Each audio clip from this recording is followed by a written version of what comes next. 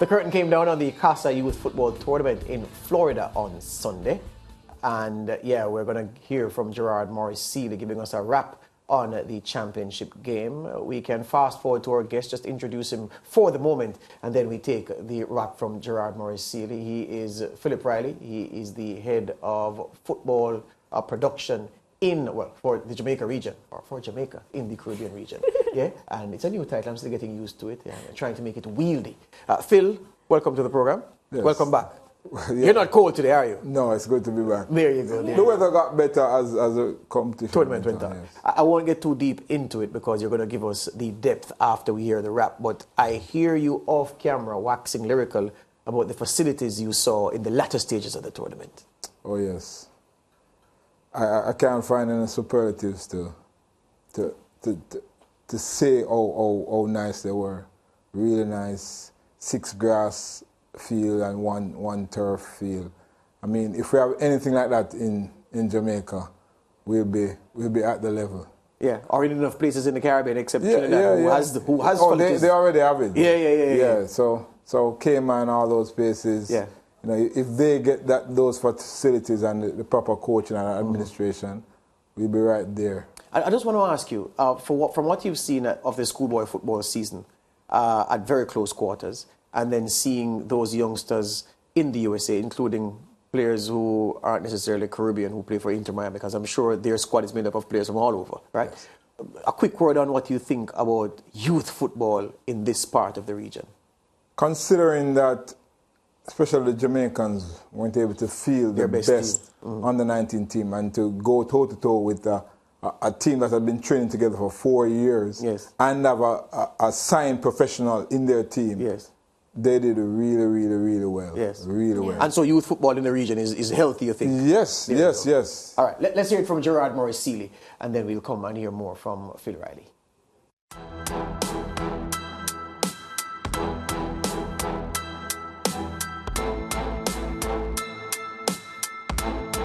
Inter Miami looking to take away the trophy from the Jamaica select team in the final of the CASA Youth Tournament. And for the first time, Jamaica didn't start as favorites, but the crowd stood behind them. Lift up the horse when we are saying, yeah, man. Lift up the horse when we are saying. After 3, 1, 2, 3, After the pleasantries, it was down to business.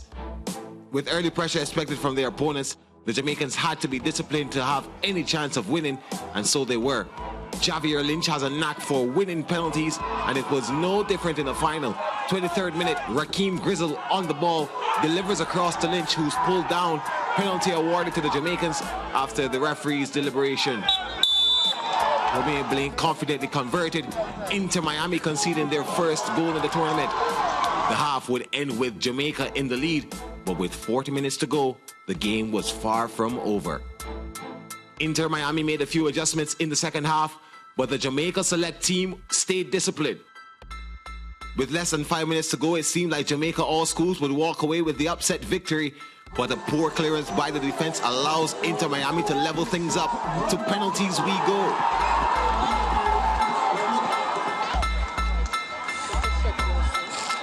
As he did in the game, Romain Blake converted his penalty in the shootout, but he was the only Jamaican player to score, as both Xavier Davison III and Kevon Wilson drew blank.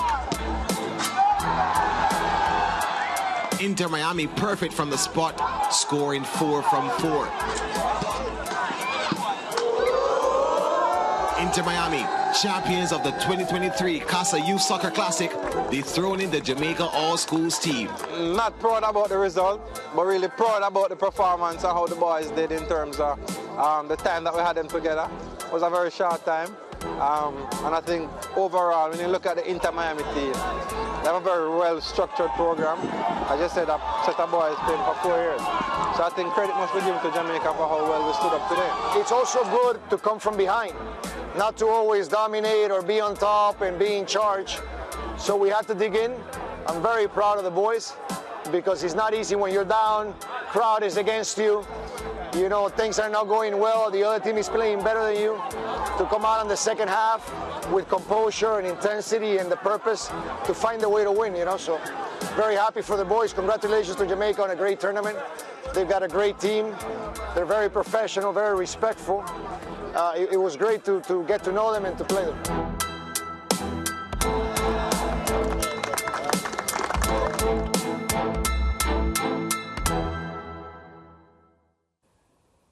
CASA Youth Classic, Mariah. Yeah, Phil, looks like a thrilling experience. How was it for you personally as a Schoolboy Football producer here in Jamaica and just getting the opportunity to be around different teams? It was a good experience. We had to make some things work. When we got to the facility to do the first link, I mean, things weren't linking, so to speak. You know? So, you know, Jason's experience came into play, and I have to big up Carlton Hammond, who picked us up at the airport and took us around, and, you know, we had to find some other ways to get things to work. So overall, it was a good experience, very good experience. We were able to do a lot of work, you know, while, you know, having less resources, you know, but it worked out really well. It was good networking with all the people there, the people from ISA and the CASA organizers.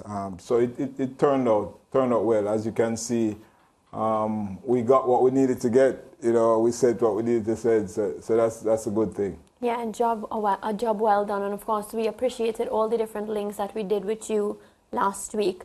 Another question, based on what you've seen from the Jamaican footballers, George asked you this question, but any particular player that you'd like to pinpoint that would have impressed you? Romain Blake played well. He started out in midfield, a position I think he would serve Jamaica best. That's my own opinion, but he's excellent at the back as well. He was one of the standouts of the tournament. Lynch played well. You know, several other guys, QP, the guys that were there, if we look at the all-Manning, all-Acosta team, you know, 44 players. Mm-hmm. Of those 44, about 6 of those players were on this 20-man team. Mm-hmm. So it's not our best team, but the 20 guys that were there played their best, especially in the final.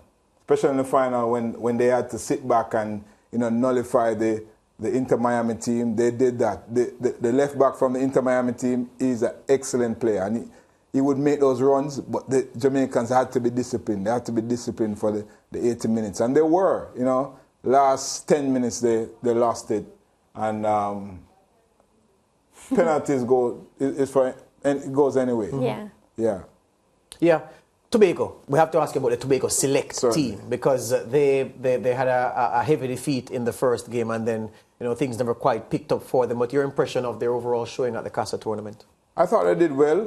When we talked to the coach initially, he said when they came in 2019, they came with an 18 or 20-man squad, and by the second game they were, you know, they weren't used to the surface, so they were all bruised and everything. So they decided to bring 31 up. There was a lot of people. Half of Tobago. I don't know the population, but it was quite. My Tobago friends know I'm joking. Their team on the whole was 43 people. Yeah. Wow. I mean, they were prepared. Yeah, we saw them all the time at the hotel. But they were very nice people. I think they played. They were shell shocked in the first game. In the second game, they lost 3-0, but their goalkeeper was excellent. Mm-hmm. The goalkeeper, as a matter of fact, the team that they played was Altitude Russia, team from Port St. Lucie. And the coach of the team, the first thing he said to me was, I would take that goalkeeper in a jiffy. Oh, wow. He'd take the Tobago goalkeeper? Yes, he would. Wow. He would take him in a jiffy. So I don't know if there are talks going on with them, and, you know, but that, I thought they played much better. You know, one of the things that hurt them was that even against both teams, against Inter and against Altitude, they got the first clear chance. Mm-hmm. But finishing was an issue for them. Mm-hmm. And I think they deserved a goal. They deserve at least a goal. But when I spoke to Coach Kyle Joseph at the end, he was pleased because the guys got the experience. Mm-hmm. They now know how to prepare to play the good teams. And Inter and Jamaica and Altitude Rush, I don't think you guys got to see Altitude Rush much, but they were a good team as well. They play well. They're very structured. I looked up on their academy, and it's a worldwide network that they have. So a lot of good football, a lot of learning went on, because even the coaches from both Jamaica and Tobago, they learned because you could see these teams playing structured football and playing very fast. So it's that little slow thing that, we are used to in Jamaica. You have so much time on the ball. No. None of those players got the time. The moment they touched the ball, a player was on them. Yeah. So that to me was the lesson that both Tobago and Jamaica learned. You don't have even a second on the ball. Yeah. So the last thing I have to ask you is this: because of visa issues, the Jamaica Select team didn't have its best players in the tournament.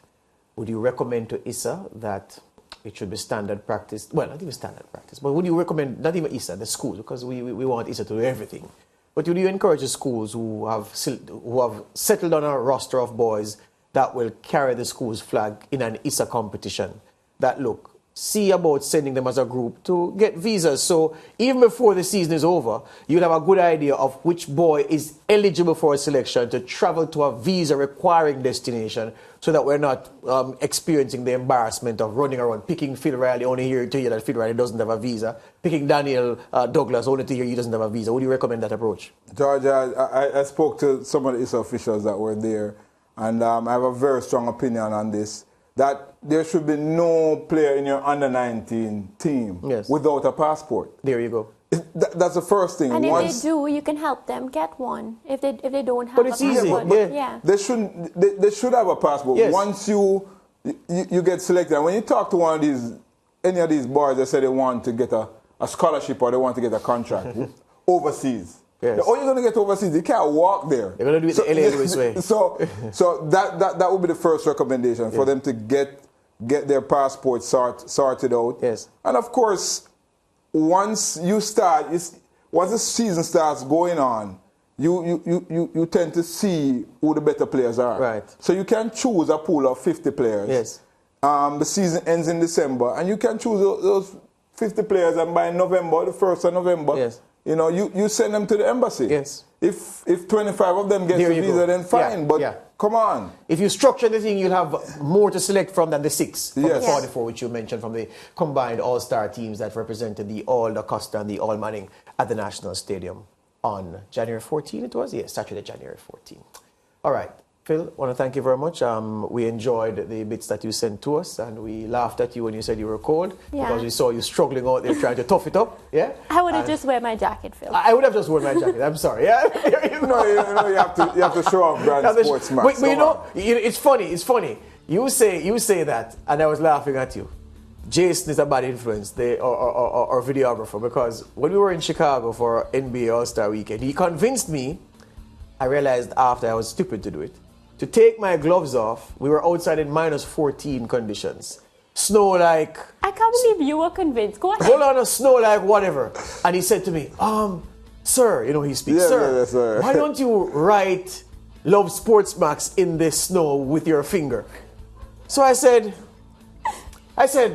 that's madness, but I'll try it. So I took my gloves off, and by the time I wrote love, I couldn't feel my finger. Then I wrote 4, and I didn't know what I was writing, but I struggled through and finished SportsMax. And when I was finished, you've lived in the States because you went to college there. When I shook off the snow off my hand, put it back in the glove, it's the first in my life my hand has ever burnt like pepper. Yes, it was like there was pepper in my veins. I would never do that again, but he convinced me to do it for the job. And I did it for the job. I expected better from you. I expected better of myself. I expected better from you too. I mean, I wasn't that cold. So I expected better of myself. I'm ashamed of myself. He never tried any of that with me. And he had his jacket on. Yeah, I'm ashamed of myself. Let's take a break. We take a break. We come right back.